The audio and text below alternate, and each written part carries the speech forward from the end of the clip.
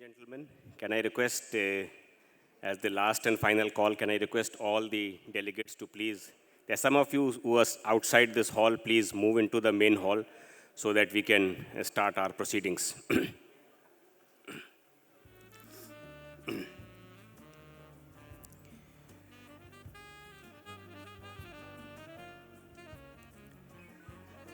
Good morning, friends, once again, and a very, very warm welcome for the 16th Telecom Leadership Forum that Voice and Data has been organizing over these years with your blessings and your support.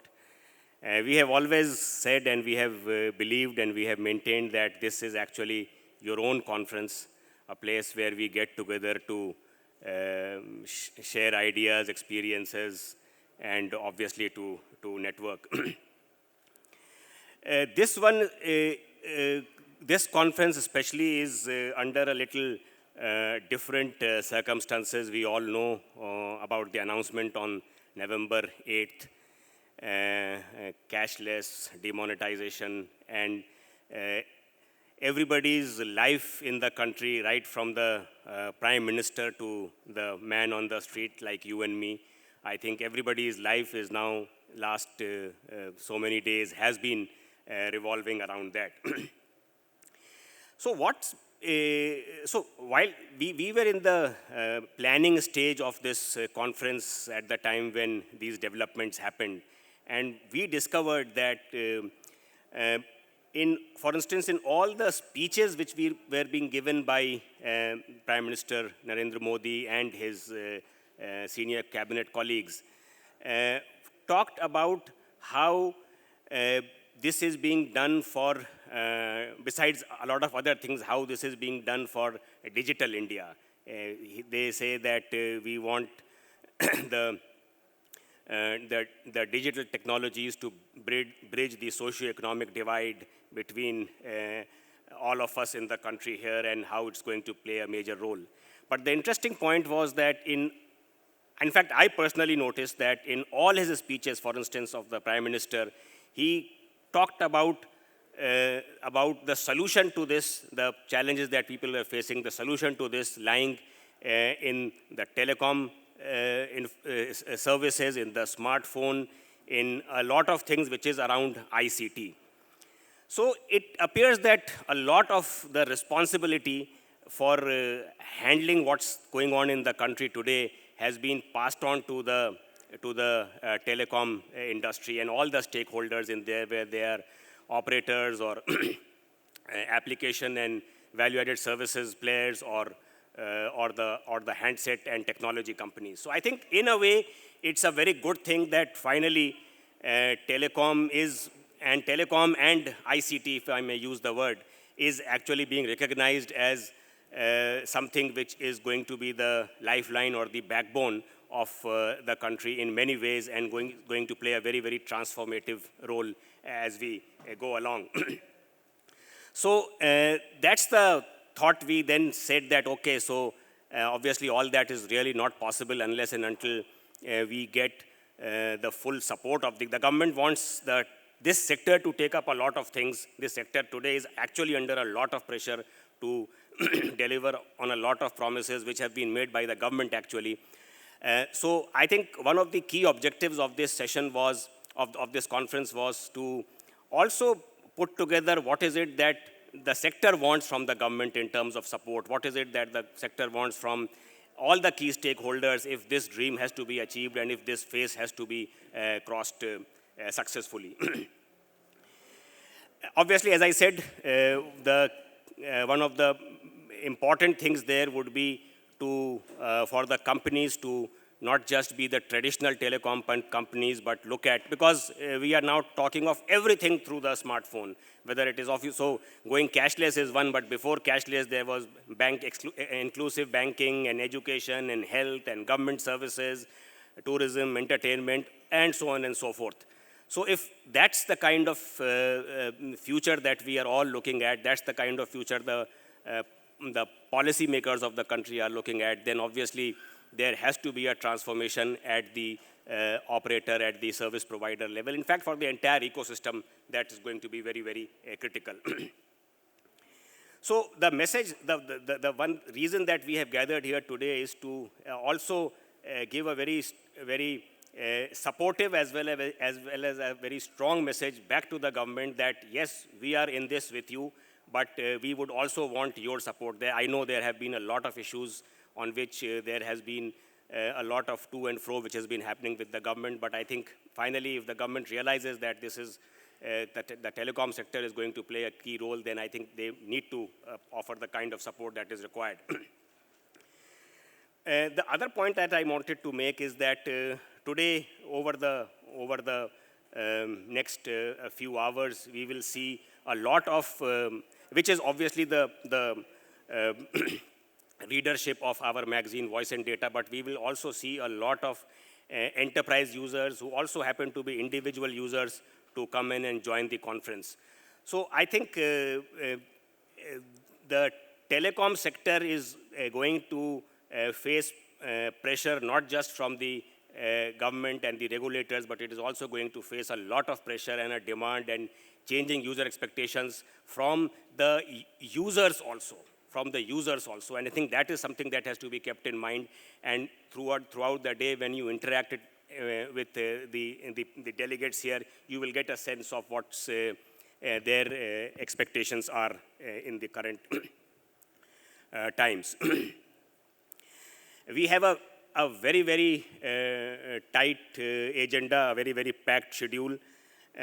We are starting with a couple of keynotes all around transformation, and then we have a session which is on aligning broadband. We all realize, we all understand that broadband, a very sound broadband infrastructure is very important for the country, and there are huge gaps there. The kind of speed that we want to see things moving is really not happening. So I think there's a session on broadband, how do we really speed it up and what's in it for us. Then obviously cloud has been the other game-changing technology.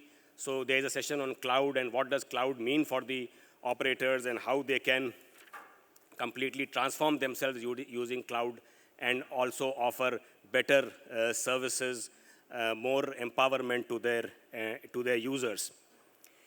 Then there is, after that we break for lunch, and during the lunch time there is also a closed door roundtable that is being done exclusively for the operators. There are still a few seats available, so whoever from you wants to attend the roundtable on transformation, the transformation journey, how do we go about it? You can register with my colleague Nandita, she is there outside, or you can even inform the registration about it. So and when we come back from lunch, we have a session called the Digital Service Provider. We have very eminent people from the industry taking part in that session and discussing and talking about what that entire digital service provider is all about. And finally, as every year, we have the Telecom Awards. We have the circle-wise awards. We have the Service Provider Category Awards, and those would be followed by the Telecom Leadership Awards, which is selected by a very eminent jury which sits down to discuss those awards, the contenders.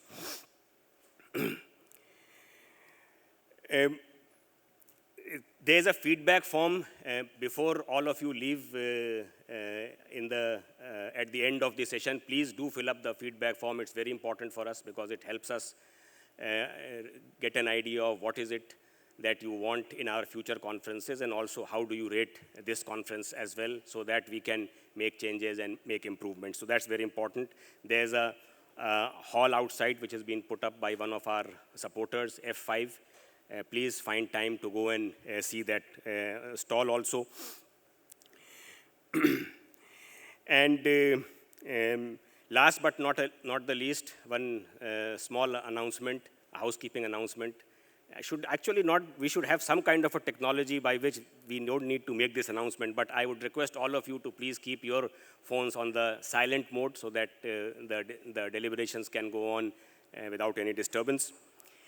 I would, before I invite the first speaker of the day, I would like to specially thank all our supporters who have really given everything possible to make this event happen, which includes Cisco, Ericsson, Sterlite, Accenture, F5, and Railtel. So thank you so much for your support, and welcome all of you once again. As I said, please, I would request all the speakers, all the panelists, and the moderators to please ensure that we stick to the time. Although we are starting late, but I think we will now try and catch up. But let's stick to the time, because this hall has to be vacated by 5:30, 5:45. We cannot continue the function beyond that. So please request all of you to be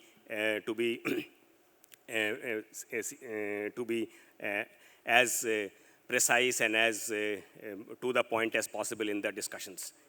I would now like to request our first speaker, Mr. Deepak Kumar. Deepak is an old hat at Telecom. He has been our consulting editor, and he's especially been driving the Voice and Data 100 project, where we do an annual roundup of how the telecom industry fared in terms of services and in terms of technologies. Deepak. Thanks, Ibrahim. And a very good morning, ladies and gentlemen. So, we have been talking, discussing, debating digital for quite some time now. It's actually not something new. We all know what digital is. But I think it would be fair to say that 2016, whether it is the financial year, we say 2016, or the calendar year, which is going to conclude now, this is the year, this is the time when we started taking digital really very, very seriously. And of course, this digital transformation, which Ibrahim has talked about, that has been hastened by a slowing growth. And not just voice, mobile voice, not just mobile voice, which we have been seeing for quite some time, but also mobile data. In fact, we'll see in the next slides that we are seeing mobile data also slowing down quite at quite an alarming pace, which is quite serious thing. Then, of course, at least from a technical standpoint, there have been, as Ibrahim said, to and fro discussions with the government on various fronts. But at least from a technical standpoint, there has been a favorable policy environment which has helped the industry in its own way. And then, on the other side, the OTT, especially the OTT voice and messaging pressures which we are seeing, all these things, all these factors put together has kind of accelerated the pace of this transformation. And we are, seeing a lot of investments going into those networks. So we'll talk about the transformation per se in a while, but before that, let's take a look at some of the numbers, because numbers are, while those numbers are still at the back of your mind, but just to recapture those numbers and refresh that. So this is the first time ever when, as per our survey, as per the Voice and Data Survey, VND 100, we saw the telecom industry crossing the 5 lakh crore mark for the first time. Now, when we say, and the overall growth, as you can see, we saw it to be at around 8%. Now, while all this, 5 lakh crore rupees includes the services segment and the equipment segment, and we see that services segment this year at least managed to score a relatively higher growth than the equipment segment. And frankly speaking, I'm not so sure whether the next year the story is going to be the same, because there are a lot of pressures as we are seeing on the services revenue front because of a lot of factors. Okay, but at least this year it has been like that.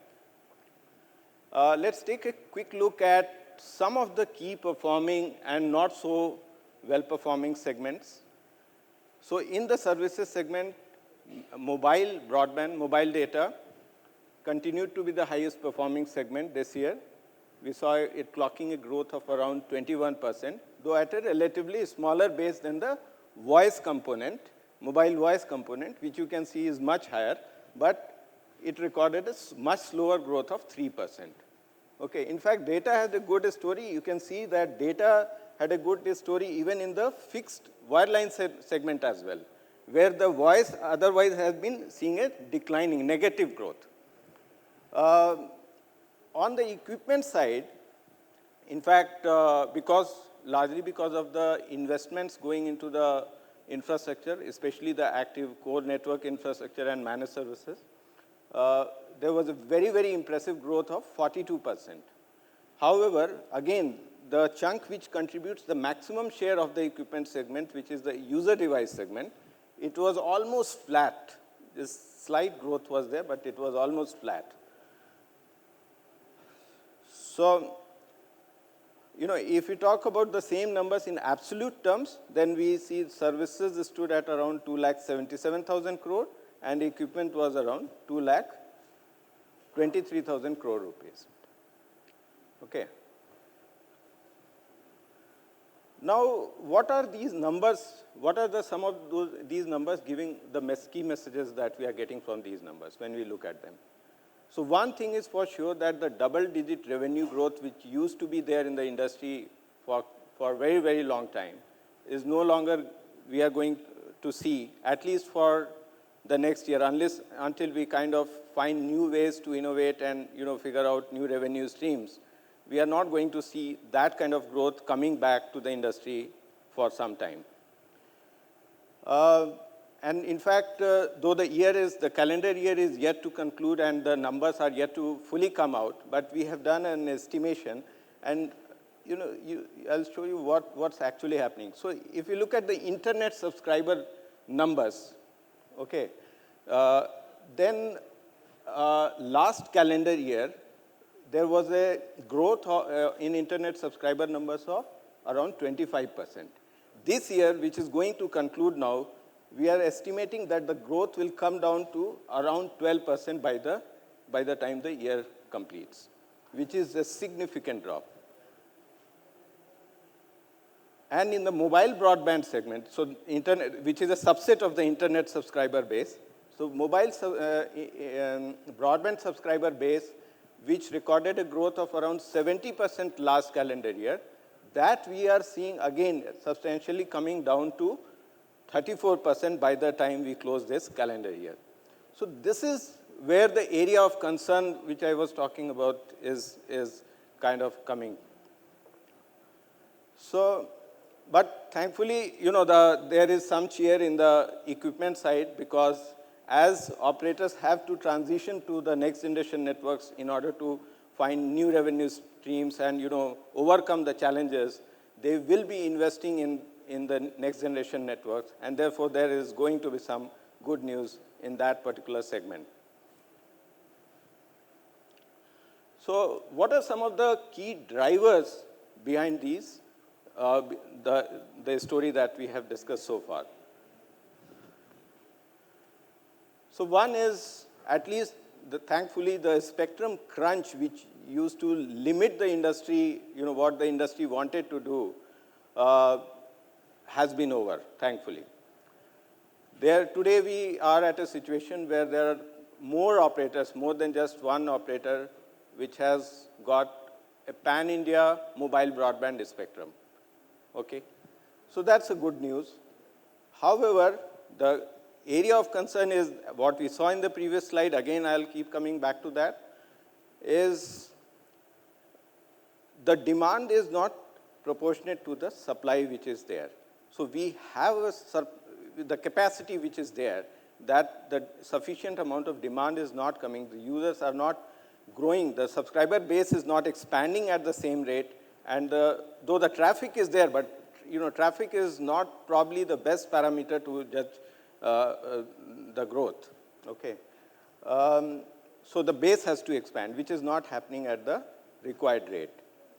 So definitely the industry will have to find some new ways, new streams to kind of bring back more growth to its fold. The second good thing is, of course, when there is a lot of spectrum, unless until you really roll out the networks and utilize that spectrum, the value in that spectrum is not going to get unlocked. So that operators have been doing, but of course there has been a constraint in terms of as we know in the industry, the debts are still very high. Okay, the balance sheets are highly leveraged. So obviously there is not so much of cushion for the operators to go for very large scale and very widespread rollouts in a ubiquitous manner at a time. So it is happening in a phased manner. And of course, but still, still the investments are there, and the network equipment segment and the managed service segments are going to see that investment coming to their fold. This has been a very good thing for the industry, that at least lot of the resources, whether it is in the terms of a spectrum or in terms of infrastructure, were lying unutilized, idling, underutilized, because a lot of operators didn't have the financial muscle, especially to invest, expand, and grow the base, and especially a lot of fragmentation had happened in the industry because of the way the earlier auctions results had been there. So those and today the story is like, if you don't have a pan-India footprint, you are automatically limited and constrained in many ways. So that was not possible. The industry had wanted to do it for a long time, but that was not possible because of the policy issues. But after the spectrum trading and sharing guidelines came into place, that quickly happened, and we saw a lot of consolidation happening in the industry, which also helped a lot of operators to gain pan-India mobile broadband footprints. Okay. So that has really helped, especially in terms of the industry is now positioned at least to take on the new mandate, which is digital transformation, which Ibrahim was talking about.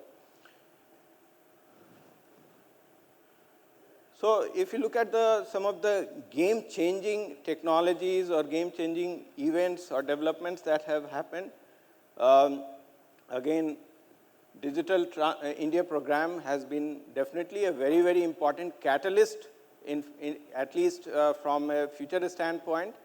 Lot of things there are which operators can do, work with the government, and we'll have to figure out a way how to work with the government on different fronts, how to make the most of the opportunities that this program kind of presents for the industry.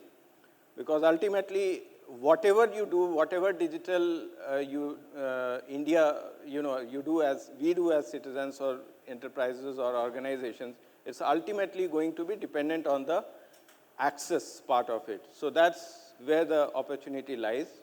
So that's going to be an important thing.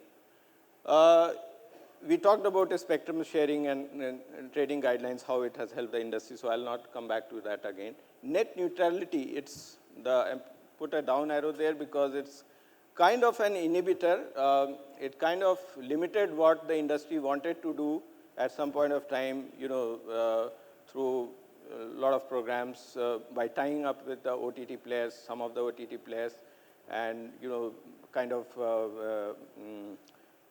vetting the basically by whether I won't like to take the specific names of those programs because this may not be the right thing to do.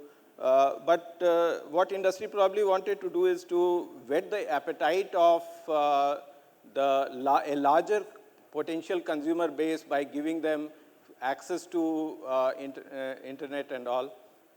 And then as they grew accustomed to it, then they could be probably consuming more and more data in future. But of course, net neutrality mandate is there, and in the larger and longer term interest of the consumers, which we agree, and this is something we will have to live with it.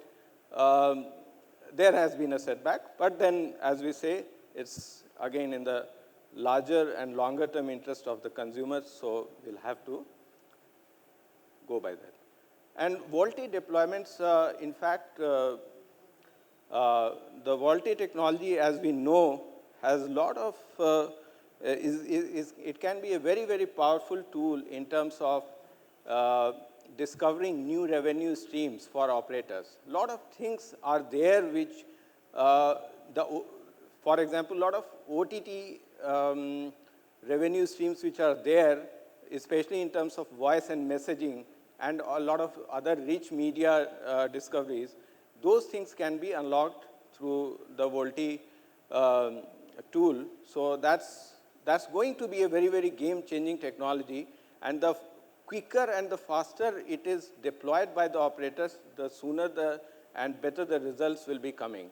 But as we discussed, because of the, the constraints in terms of finances and, the lack of market readiness in terms of the customer base, operators have been a little slow in terms of deploying the technology. But I think this is a very, very game-changing technology, and it must be kind of accelerated. So as we said, where there are challenges, there are opportunities as well.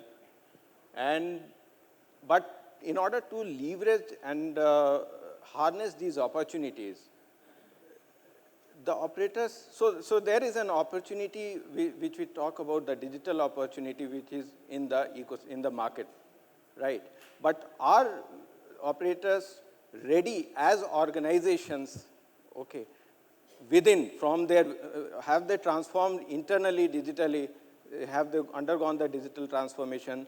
So if they are not ready from within, it will be difficult for them. They will not be aligned well enough to the market needs, and they will not be able to harness and tap into the opportunities that the market presents. So internal transformation is as important as, the other transformation. And interestingly, telecom in India has got a very interesting role to play. It's a dual role kind of thing, because in some of the more developed markets, if you see, there has been a much larger installed base of PCs. PC adoption has been very high. IT adoption has been very high traditionally.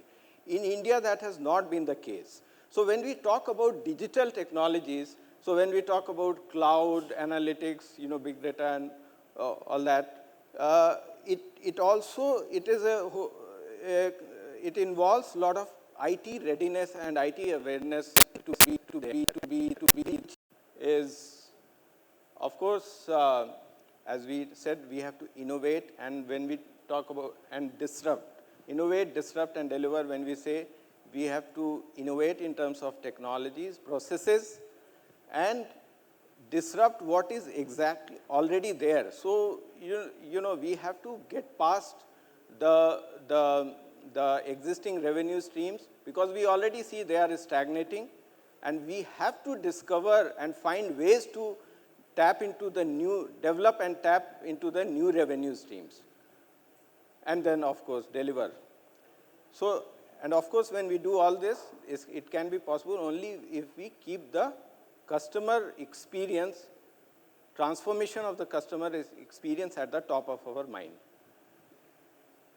So, same thing here. So, in order to transform the business, we have to first transform internally within the organization, of course, the networks also, and then only the business transformation can happen. So, this movie is going to be released, and a lot of you would have seen, about the how Amir Khan kind of transformed himself from one avatar to another avatar. And the process was interesting, but the process was painful. Okay. But you have to enjoy that pain as well. So that is probably, I think, the key to transformation. And that's about it. Thank you very much for your time.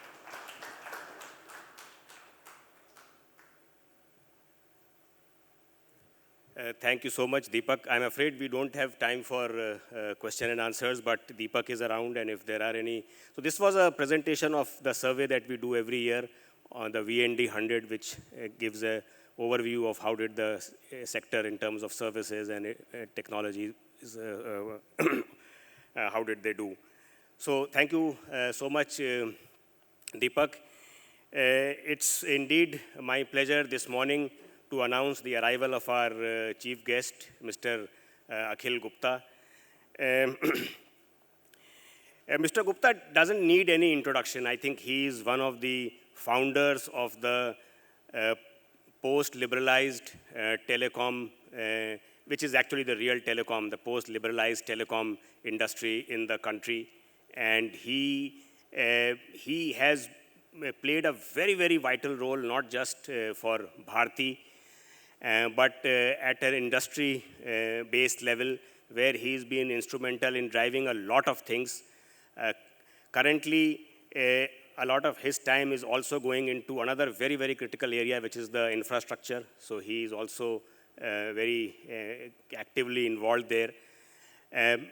All I can say about Mr. Bharti is that Mr. Gupta is that he's been one of the heroes of the telecom revolution that we have been witnessing for all these years.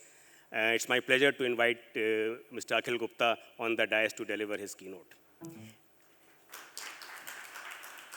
And I would also like to invite Mr. Sergey Savchenko from MTS and Mr. Pradeep Gupta to present a small bouquet to our chief guest. Thank you very much. Very good morning to all of you. I'm very humbled by the very kind words that you have spoken. And yes, it's been indeed a tremendous journey in telecom in India. It's been my pleasure to be associated right from the word go when the liberalization started in 1994. And I'm really pleased to be here today. Thanks for inviting me. And I think compliments to Voice and Data on what I believe is the 16th edition of the Telecom Leadership Conference and Awards. And also my congratulations to all the winners and nominees for the various awards categories today. I was very impressed with the theme of today's conference, which is, as I understand, transformation imperative. Now, I'm not too sure as to what the organizers really meant by transformation imperative. Is it that it is imperative that there is transformation, or the imperatives for transformation? My own interpretation of transformation imperative is in two parts. One is on the transformation front, the other is the imperatives for that transformation. So I would like to be excused in case it is different than what the organizers really meant it to be. Let me touch upon first of all transformation. In my living days, past 50, 60 years, the fact is innovation and transformation is nothing new. It's been the way of life. If you see what all has happened in the world in the last 50, 60 years, it is indeed extremely, extremely impressive, starting from telephony, going on to television. I mean, for youngsters today, it would sound strange that we did not have television when we were growing up. This is in this very lifetime. We used to have black and white television, which used to come, I think, for 2 hours. A day was the transmission. We have gone through that. And for today's world, where a television is taken for granted, then came mobile telephony, the modern day aviation, which is very different from where it started, space technology, computers. I mean, this list is endless. So, transformation has been a way of life. We have always seen it. But what we are truly seeing globally today, in terms of innovations and transformation,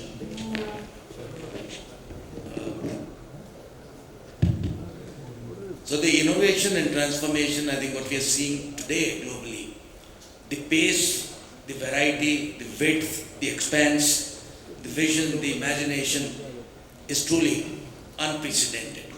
Now whether you take the real big ones like Google and Facebook and Twitter, Uber, YouTube, in addition to that, millions of applications covering a variety and plethora of areas: health, weather, environment, finances, and I mean every field which you can think of, there are applications, they are very innovative applications. We are already seeing a lot of applications be developed for Internet of Things, machine to machine communication. And this list is truly mind-boggling because what is happening in that space is transforming the way we all live in this world and the way we will live in this world.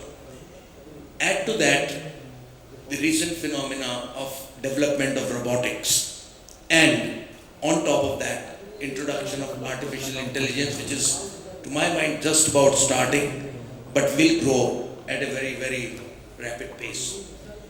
I think these things will further fuel the transformation that is taking place across the world. Let's look at India. In terms of transformation, I would rate two big initiatives which are being taken in India today. One is, of course, as we all know, Digital India, which in simple terms means providing access to internet to every Indian. And the second, which was there, but of course has got a lot of momentum with the demonetization, is the cashless society in India. Now, these two very clearly will transform India. But when you look at all the transformations, whether in India or globally, I think two things are very clear.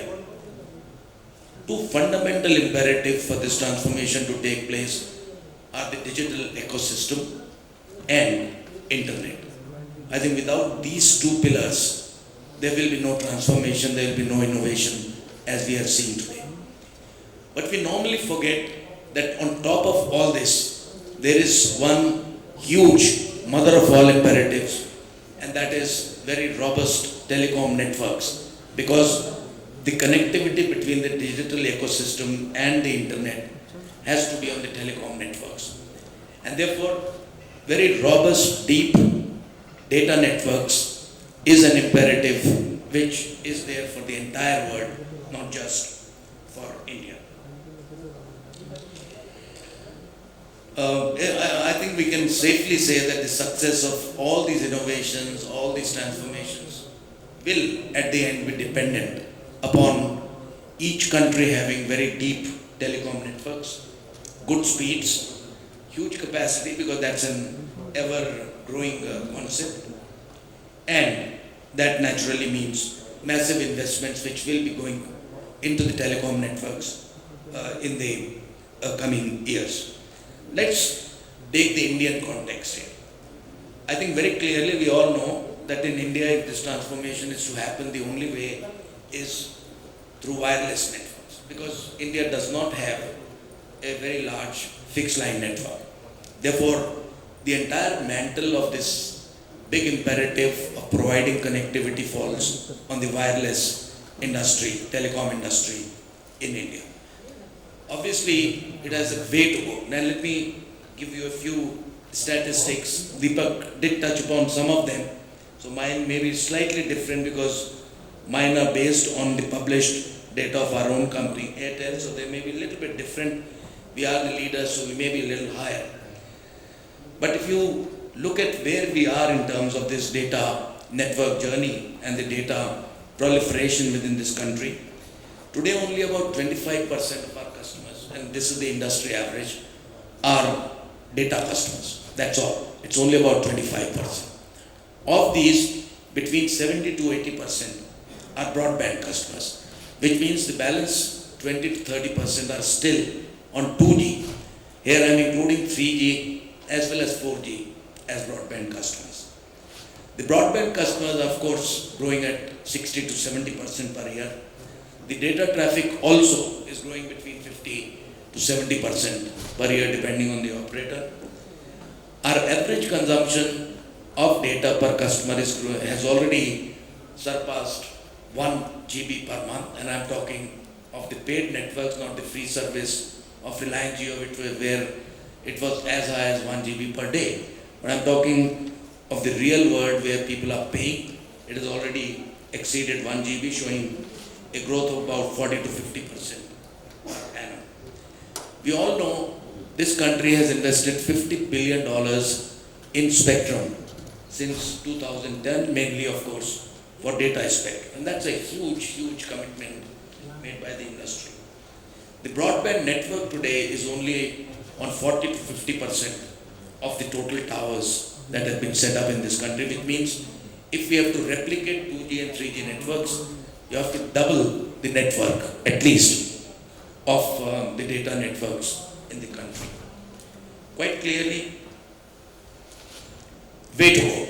A long journey, a very interesting journey, but that long journey cannot extend to decades. There is no way, we don't have the luxury.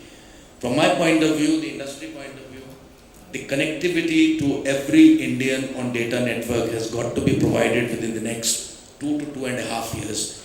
If we as an industry don't do it, to my mind we have missed the bus. To my mind it would be a monumental failure of not just the industry, but the government of India, the regulators, the entire, all the stakeholders involved.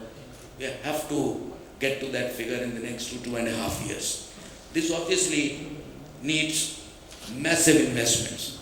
There will be more spectrum needed. There will be the sub-gigahertz spectrum needed for very good data coverage. There will be investments needed in Wi-Fi network. There will be investments needed in taking data networks deep into the country, every nook and corner. Huge amount of investment needed. And I think that brings me to the main theme of my discussion with you today, which I hope this conference could take some time to concentrate on. You know, in India we have taken great pride in saying that we are the cheapest service, telecom service available in the world. We are the most affordable service, and I think as an industry and all the players involved in the industry, including our company, we are extremely proud of that. That has enabled telecom services to go to people who we could not have imagined 20 years back that they would own a phone, a mobile phone, connectivity to all their people, to their relatives, to their friends. This is absolutely amazing. It's a revolution. We all know that. But I think what is the need for the hour now is we need to pause, we need to ponder and say, today it's also extremely important that we look at the financial health of this sector. Because if there is no healthy balance sheets and financial health of this sector, there is no way there will be investment made in this sector. I think it's a huge myth. We all tend to celebrate very cheap service, free service, but it's a myth to say that if the telecom companies are profitable, it's bad for the customer. In fact, we all need to realize that the opposite is absolutely the truth. If the telecom companies with massive investments made do not get an appropriate return on capital or return on equity, I can guarantee ultimately it is the customer who's going to suffer the most. It is the country who's going to suffer the most on its digital journey, because there will be no investment, no profitability, no investment. That's as simple as that. And this is obviously not the internet businesses like an e-commerce or others where you say, okay, we'll wait for 20 years for profitability. In telecom, you need profitability now. And on that, I think we all know, I do not know how many in this room would really know, it is a matter of grave concern that the highest return on equity in a telecom company in India is in single digit. That is Airtel. That is the leader in the market. It's a matter of very, very serious concern to my mind. I think time has come when we need to manage three particular areas. The first is the spectrum cost. Now, we all know in India the only way of giving the spectrum is auction. And I'm not even disputing that. This is a democracy. There is no way you can get back to the administrative allocation of spectrum. It has to be auction, no question about it. I think one has to compliment this government. In a very bold step, for the first time, they have overcome the temptation of creating artificial shortages. They put in ample spectrum in the October 2016 auction. But as you would have noted, a lot of spectrum went without any bids. And the reason for that was, which the industry had pointed out to them, even during the consultation process, that the reserve prices are just way too high. I think there is no point in putting too much of spectrum, lots of spectrum, if the reserve price is very high. And I guess it is now important that the government and the regulators realize that it has to be an affordable spectrum, give it through auction, but keep the reserve prices low. If there is more demand, obviously the price would go up. The second area which I think we all need to look at is the taxes, the license fee, the levies, the cess. I mean, the entire plethora of government levies which go on to this sector. By my estimate, if a customer ends up spending 100 rupees, roughly about 37 to 40 rupees out of that in some form or the other, and I'm not talking of direct taxes, the indirect taxes, whether it's the service tax or it's VAT or it's the license fee, the spectrum charges, the education cess and so on and so forth, that goes to the government. And I think this needs to really come down. But in order to do that, I think it would be a fair ask that when the government reduces it, the benefit should go to the customer. And what I would appeal to the industry is that right now we should start showing the total tariff which we charge, which must be split between the tariff or the revenue going to the operator and the direct taxes which are going at least to the government, if not the indirect ones which are built in. Whatever is direct, like service tax and the license fee, they must be shown separately in that charge, so that if the government reduces it, the operators will automatically pass it on to the customers. I think this would be a big step which would help this industry. And the last one, of course, the most important one, is pricing. Now, pricing, some of the countries, as you would have noted, even places like Nigeria, Sri Lanka, they have introduced some floor pricing. They are realizing that there is no way you can let some operators just bring out tariffs and promotions and things like that which can ruin the industry. I think the onus for responsible pricing is not only on the regulator. So far as you know, we have the practice of pricing being under forbearance, which means the regulator reserves the right to intervene if he finds the price is going too high or there are malpractices in terms of cartelization and so on. I think it's important that the same forbearance is continued, but the regulators also look on both sides. If the pricing being done by anybody is going way below, which you can term as predatory pricing, I think it is now imperative for the regulators to start intervening, to make sure that the health of the industry in general is maintained. I'm not taking away the onus on responsible pricing from the operators. In fact, the fact of the matter is that the main reason for pricing being terrible is the operators, is the irresponsible, irrational behavior in the marketplace, competition which is absolutely unhealthy. Nobody has forced them, but they are doing it, and they have been doing it. I think the onus is both on the operators as well as the regulator to make sure that the pricing is sensible, whereby we ensure the financial health while ensuring healthy competition. I do feel that, like India has done many times in the past, take the telecom revolution in the emerging markets, take the infrastructure creation, the passive infrastructure company, the tower company's creation. India has always taken the lead, and naturally so, it's the biggest emerging market in the world. This is yet another opportunity for India to take the lead in a very comprehensive manner to ensure that the players in this industry, for the betterment of the people, for the betterment of the country, to make India, or in fact, this is not just an Indian problem, it's an emerging market problem in particular. The emerging markets must become healthy in terms of telecom. If they do so, they will become digital, they'll reap all the benefits which digital economies bring with them.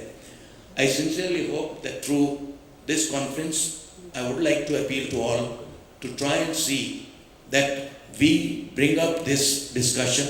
Sometimes we tend to brush it under the carpet. Financial health, profitability, many a times in this country is taken with a pinch of salt. It's not something considered very healthy. But the fact is, if you have to grow, you will have to have profitability. I think we should work, all of us, towards creating an opportunity at appropriate forums where all of us who are concerned with this, which is the operators, the government, the regulators, the financial intermediaries, even media, economists, we all need to really brainstorm and then, after a considered deliberation, make sure that we find ways of ensuring that this industry is healthy. In fact, it should extend to all industries, but I'm talking particularly of telecom. This has to have financial health while ensuring a very healthy competition. The customer has to be supreme, they have to be kept into account. But within that parameter, I think if we are able to do this, the potential of telecom industry in India is truly mind-boggling. I think what we can look for through this industry in the next decade is unimaginable, because we are only today at just the cusp of what I would call a digital revolution. This industry has way to go. Let us all make it possible to achieve, for it to achieve its true potential. Thank you very much.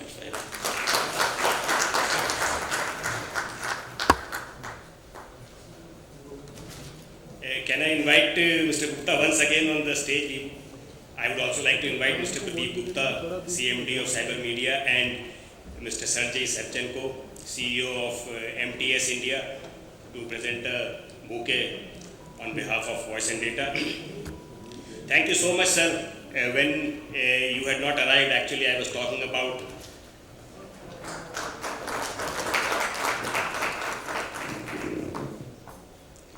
it's very reassuring to hear from Mr. Gupta that the industry is ready, the industry is gearing up, and I am very happy to see that he has raised those very, very pertinent issues which will make all these possibility. Thank you so much, Mr. Gupta. Our next speaker is Mr. Iko Nelson, Executive Vice President and Regional Head for IT and Cloud Business at Ericsson.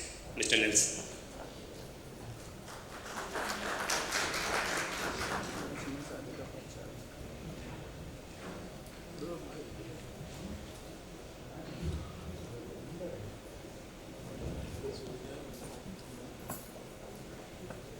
Good morning, everyone, and thanks for having me. I'll be talking about, can you hear me okay? So I'll be talking about our digital transformation, our perspectives on digital transformation, and what that means for industries that's outside of telecom. Before I do that, however, let me share a video with you.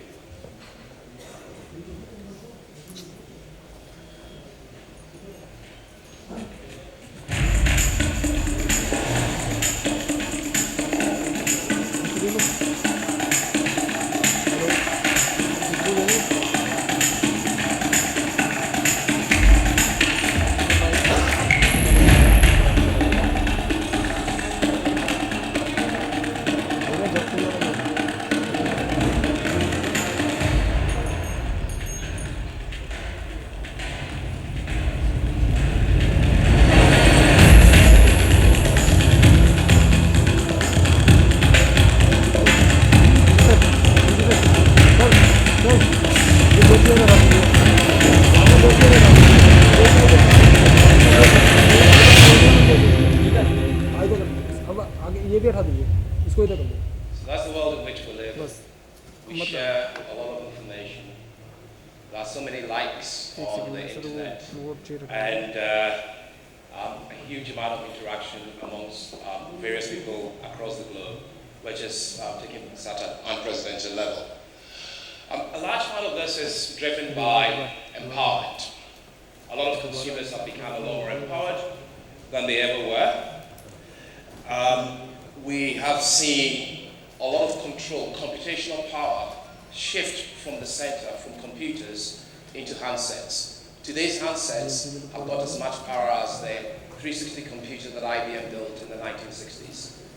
We have consumers who have access to a large wealth of information across the world, whether it's Facebook or as Google. We always turn to those applications to get the world at our fingertips. We're able to interact with almost anything that we want to do in the world at our fingertips. So there's a huge amount of empowerment that these technologies have given us as individuals. 50% of smartphone users today stream music on their mobile every week. A large number of users in India use video services, and the average in India is actually much higher than you find in many other countries around the world. 15% of smartphone users in India make online phone calls every day.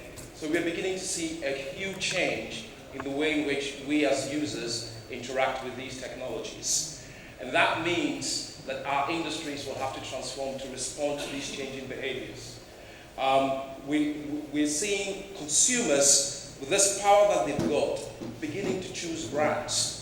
Because as a consumer, with the access that I have to information, with the access that I have to all of the services around the world, I can decide which products I buy, which services I buy. And so the old model of companies segmenting me as a consumer and putting me in a category and targeting products at me is gone.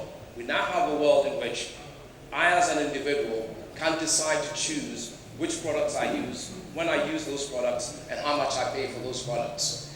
And so as a consumer, you're beginning to see consumers really making choices about brands that was really never the case before. So there's a huge amount of empowerment, and companies will need to respond to that level of empowerment that we've seen in the industry going forward. So we're beginning to see companies that were formed in the industrial age shifting from control and concentrated models to more open and collaborative models. So many examples that we have here. If we look at transportation, for example, Uber has completely changed the way in which we use transportation. Alibaba has changed the way in which we shop. Facebook has changed the way in which we exchange information. In the recently ended US elections, Twitter and Facebook basically decided who won the election. Donald Trump was on Facebook or was on Twitter almost every day, sometimes 3-4 times a day. All of the news networks, whether it was New York Times or the cable news, all supported Mrs. Hillary Clinton. And it used to be said that US elections are won by how much advertising and news media coverage you had. But the last election was actually won by social media. It was actually digital. It was a very digital election. And the outcome was made by those, the outcome favored those who exploited digital technology. Mrs. Clinton spent a lot of money on buying lots of advertising in various states. It still didn't help her because digital technology allowed Donald Trump and various other Republican candidates to target specific disgruntled sectors of the economy that Mrs. Clinton was unable to do. So that's just one example. The other examples, as we've seen, traditional video distribution is no longer the way it used to be. We used to rent videos. We still go to cinema houses in India. But to a very large extent, much video consumption is through streaming to our devices and through our homes. And we're going to see a lot more of that. The music industry has undergone a huge amount of transformation. There used to be large retail shops where you went to buy your LPs or you bought your DVDs or your videos, or your CDs. No one ever buys music that way anymore. All music is consumed, much music is consumed through the digital channel. We've got books. Amazon has changed the way in which we buy books. I can't remember the last time I bought a book from a bookshop. And that experience that we have on the internet that allows us to look for a specific book that meets our needs and have the book delivered to us when we need it, has completely transformed a book industry that was dominated by traditional publishers and traditional book distributors. Amazon is now going to doing the reverse. It's going to go back and open a retail shop. But that retail shop will not have any cashiers. That retail shop will be very different. You buy the book online, and then you go to the shop and then pick it up. Now, of course, it's a trick. What are they trying to do? They're trying to reduce their distribution cost. They don't have to distribute the book to your home, but you can still have the experience of almost like a traditional retail that's driven by digital. One other example I found interesting is in Brazil. CNA, which is a clothing retail shop, they've combined digital and physical shopping. When you go to the shops and you walk through the aisles, there is a little LCD on top of each of the clothing categories, and you see how many likes that particular item of clothing has got on the internet. So it allows you, even in the shop, to make choices that are based on the digital experience that is being delivered. So a lot of these industries will have to respond to how digital is changing our behavior and empowering us as consumers to make choices that determine the failure or success of particular companies. So we're beginning to see a change and a move away from a traditional industrial society into what we in Ericsson call a network society that's driven by a simple logic that says anything that can benefit from the connection will be connected. And as soon as you connect that particular object, you do get the network effects, and the network effects then allow us to build new business models that were hitherto unthought of. Now, what's driving this? There are three main technologies that have driven this. Mobility, which Mr. Akil talked about, whether it's 2G, 3G, 4G. Over the last 20 years or so, mobility has changed our lives. I always say that anyone that wants and can afford a mobile phone has got one already. A large section of the world's population by 2020, when we're about 8 billion, close to probably only 300 million will not be connected. So we are all mobile, and we can access mobile, whether it's just through a traditional voice connection or a data connection. Mobility has become the way in which we communicate, and it's collapsed time and space. The second one is broadband, because clearly voice communication is only limited in what it can do. But once you've got broadband, the spectrum of things that you can do are completely changed, and it's to a different level. And as Mr. Akil said earlier, broadband penetration in India is still not very huge. It's probably, he said it was about 25%. Data is about 25%, of which about half of that is broadband. So there's a long way to go to get to the levels of penetration that you need in India. As he said, you do need to double the size of the broadband network. But broadband is really fundamental, because broadband is what delivers all of these new experiences that I talked about. Data is the real carrier that allows us to build lots of innovations that change and transform our lives. And finally, a third category that wasn't mentioned is cloud, which is a completely different way of consuming services. Cloud is going to be a very important part of how we deliver services and how we consume services. Most of the services that I've mentioned earlier, whether it's Facebook, Google, Airbnb, Alibaba, all of these services are delivered from a cloud. Cloud services allow us, give us the economies of scale to be able to distribute services, but they also provide a much lower cost per unit for the service providers. Fundamentally, we believe that the combination of broadband, mobile, and cloud will transform not only our industry, but all industries going forward. For operators, what this means are a number of opportunities. These opportunities range from augmenting existing services with some level of connectivity, as you can see with the connected car in the top left-hand corner, or perhaps some of the things that we've seen in media. But it could go all the way to providing more transformative business opportunities like the connected home or mobile money, which has become a lot more important since the November 8th announcement when we ran out of cash. So the demonetization announcement has brought mobile money and mobile payments back to the fore. And I suspect that the lessons that we've learned over the last month or so will change the way in which we transact business going forward. There are other opportunities, disruptive opportunities as well, as I mentioned, around cloud, where telcos or telecom operators can leverage the large data center and computing capability they have to deliver application services to enterprises and help enterprises become a lot more efficient than they have been. This includes things like having ERP systems or enabling them to connect objects and other devices which we currently are unable to do.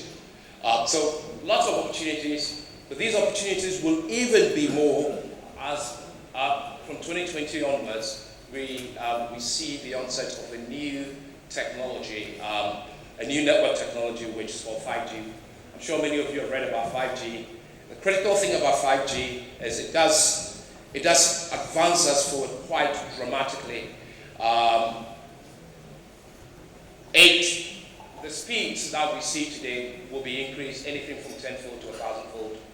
Battery life will increase anything to about 10-fold. The latency is going to be reduced quite significantly. And what that means is that allows us to move from doing what we call massive IoT applications into critical IoT applications. Latency allows us specifically, as an example, to do things like remote surgery. So you can actually do a remote surgery across countries because you will have the latency in the network that allows the doctor to be able to operate on you as if that doctor were with you. Allow us to do some more industrial applications, including things like mining. It will enable us to do advanced smart vehicles. And so the potential of 5G is not really in terms of the traditional applications that you've seen around voice and data networks. The potential of 5G is to scale up the whole Internet of Things and to move it to a completely different level. 5G really makes Internet of Things a reality. It gives it the scale that it needs, and it gives it the latency that allows us to really automate our existence far beyond what we've been able to do up until now. So there's a huge amount of opportunity there as we move forward. I'd just like to share with you some examples of what we in Ericsson have done over the years, just to ground us in some reality. In the last 5 minutes that I've got, we have over the last 10 years we've worked with a company called Maersk, the largest shipping line in the world. Maersk, about 90% of all cargo travel by sea. 50% of their cost is in fuel. So voyage optimization is a critical component of their cost. And part of what we've done with Maersk is to help them digitalize the shipping vessel and to help them optimize the delivery and the shipment of goods from one port to the other. We've also worked with them around managing cargo so that when goods need to arrive in a particular state, particularly fresh goods like bananas and pineapples need to arrive in a particular state, sensors in the containers can be controlled and temperature levels can be controlled so that those goods arrive at the ports in the condition that they need to be in for sale to the local market. The other example, and I've chosen specifically a mix of examples from telecom and non-telecom industry just to show you what the possibilities are. We've been working with Volvo Group, and over the last few years we worked with Volvo Group to build what was called the Volvo Connected Car, and some of the services that are provided in there include the ability for the driver to find a service provider, because a large part of the money that manufacturers make from vehicles after they've sold them is really in service. So it's really important for the manufacturers to enable you as a driver to use the services that they provide us as frequently as possible. We also collect diagnostic information in terms of the performance of the vehicle and the various parts of the vehicle.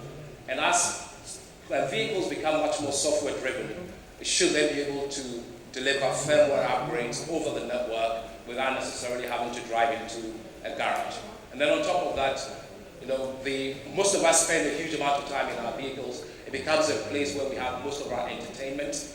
And so lots of opportunities there for us to enable third-party providers to provide application services, whether they are insurance services, music services, and video services into the vehicle. So the entire vehicle is no longer just about driving from one place to the other. It's really about an experience, and that experience could be the same as an experience that you have in your home. From a telco perspective, we've got a number of examples of things that we've been doing. This is with one of the largest operators in the world with 11 operating companies, and we are helping this company transform their entire BSS into a digital platform.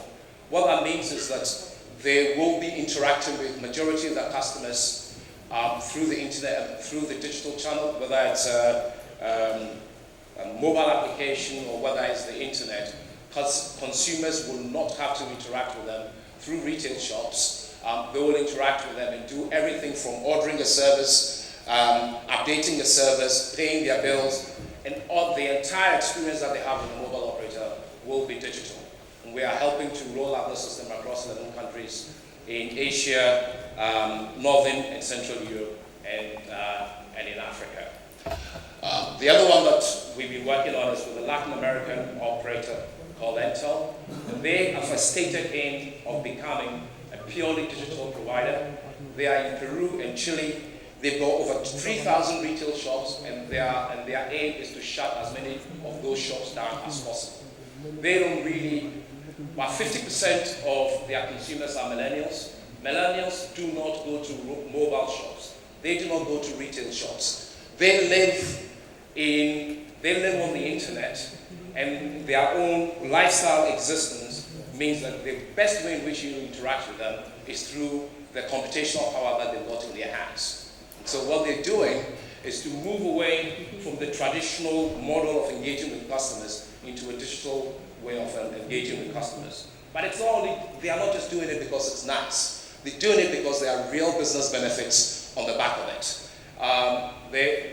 They are not only digitalizing the front end or the channels, they are also digitalizing their back end so that the entire fulfillment process, the entire time to fulfill, the time it takes to create new products will be reduced quite substantially. Today, it takes them about 3 months to introduce a new product. What they like to get to is to be able to do that within 3 days so that they become hugely competitive. So when we talk about digital, what we mean is digitalizing all of your channels, digitalizing the content and services that you have, and also digitalizing the back end of your system, including everything in your business operations, as you'll hear about in a minute. So across all industries, we've got many examples of industry transformation based on digital technology that I'll show you. Just a couple of slides, if you don't mind. This is really not about technology.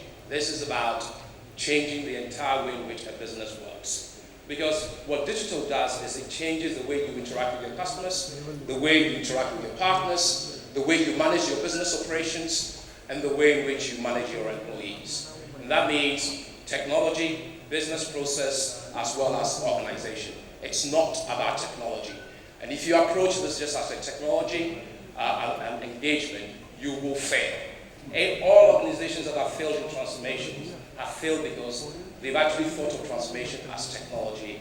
The hardest part of this is really about the business process, it's about the organization, and it's about the non-technology part of this. And that's what consumers need to focus on. I'll leave you with some thoughts around what we in Ericsson have seen are called 6 keys to successful digital transformation. One is digital means many things to different people, and you need to define for yourself what digital means for you. Find that unique place and then make sure that you build your strategy around that unique place in the digital transformation journey. Make your customers fall in love with you.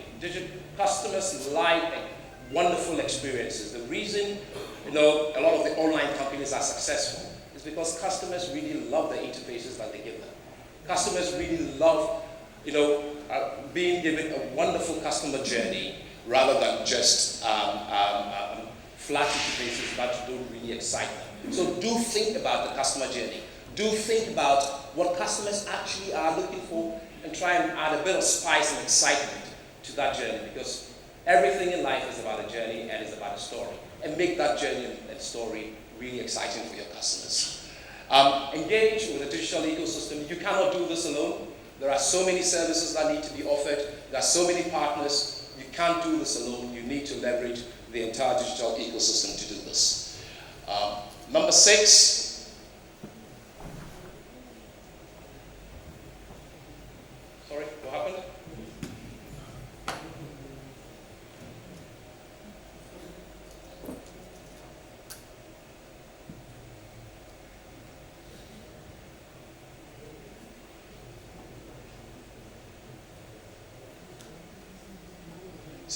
Sorry about it.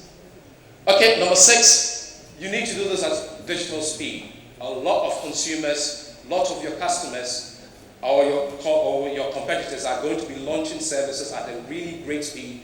You need to build yourself a system that allows you to launch your services at greater speed than your customers. Like I said earlier, this is not about technology. You need to create a digital organization. And the digital organization is one that is responsive to the needs of the market. So you need to be able to respond really quickly, and that means that the old sluggish way of doing things sequentially don't really work in this world. And finally, the technology you need for this is not the technology you have today. You need to evolve your technology. Please respect the past. The old technology served you. What got you here will not get you there in the future. So respect the past, but don't think that you can turn your existing technology into a digital technology. Google's technology, Facebook's technology is not history, it's a new technology. So if you're going to embark on this journey, do really think about leaving your old technology behind, and then moving to the new technology that enables you to become digital. You cannot build the future on the past. Thank you very much.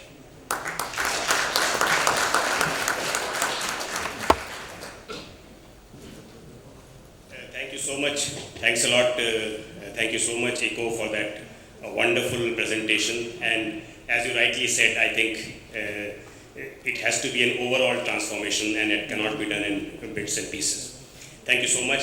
Our next speaker is Mr. Sanjay Paul, Managing Director for the Service Provider Business for India and South at Cisco. Sanjay, can I invite you for the next session, please?